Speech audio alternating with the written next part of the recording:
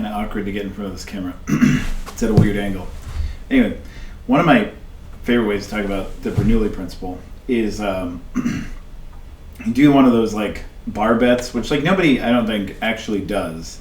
I've never seen anyone do them at a bar. But anyway, you should try it at home though. Like you could win some money from your family, which would be cool. So you have a glass or a mug or whatever, and you fill it with water, with some. Not enough. You'll see why in a second. So you put some water in. I've got, you can't really see how much, but it's about this much water in. I've colored it with green food coloring so you can see it better. And you put a straw in it and you tell them, like, your goal is to get water out of this glass, but you can't suck through the straw. So, like, you can't drink the water, and it's got so much food coloring in it anyway that I don't want to. So water must come out, like a significant amount of water needs to come out of the straw, out of the glass. You cannot drink through the straw, you can't suck through the straw. And this bottom part of the straw has to stay in the glass. How do you do it? Well, you could, like, they might try bending the straw down and dipping it and then like flinging little by little, and that I guess works. But you can use the Bernoulli principle if you cut the straw. So let's see. I planned this out poorly. I should have used a different part of my office. Anyway, but it is like now you get to see a different part of my office with all this like weird math stuff on it. So that's cool. All right. So you cut the straw. And then what you're going to do is you're going to blow through the straw. And what you want to do is you want to place it, here I'll turn it this way. I'm going to spray it at this piece of paper here.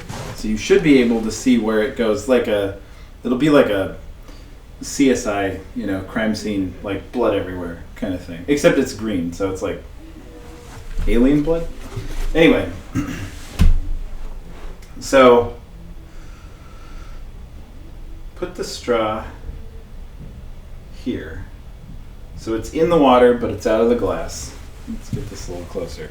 You put the straw here, so it's in the water, but it's out of the glass. You take the little piece that you had, and you're going to put it at the end. What you're going to do is you're going to blow through this one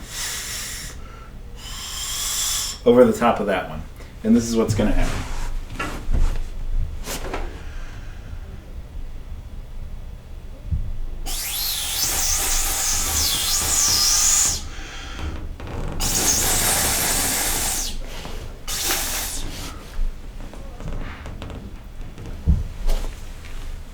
Not too bad.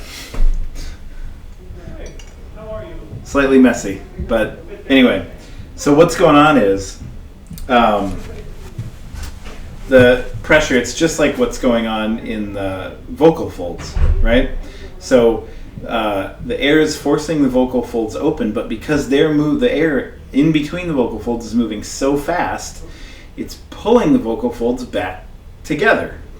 And then the pressure builds up below, it forces them apart again, and then that lower pressure, as the air is moving through, pulls the vocal folds back together. So what's going on here is, as I blow air over the top of this, that air is moving so fast, it actually has a lower pressure than the pressure inside this straw. And what that does is, the air and the water are being pulled up the straw and into the stream that's blowing out onto all over this. You can tell this straw has no food coloring all over it at all. It's totally clean. So it really is just the air blowing over the top of this that's pulling the air and the water up and spraying it out in the stream. It doesn't function exactly like the vocal folds because I can provide a continuous stream of air and nothing's being closed off.